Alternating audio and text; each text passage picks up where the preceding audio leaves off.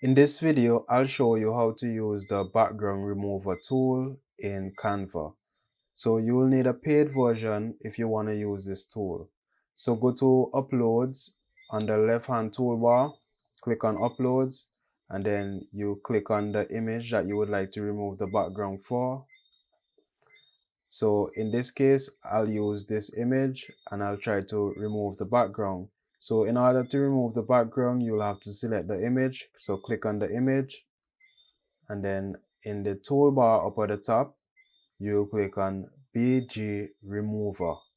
So once you click on BG Remover, Canva will remove the background automatically for you, making your job easier with one click. So click on BG Remover.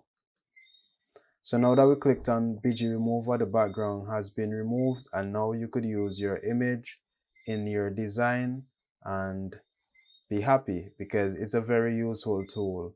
So I'll see you guys in the next video.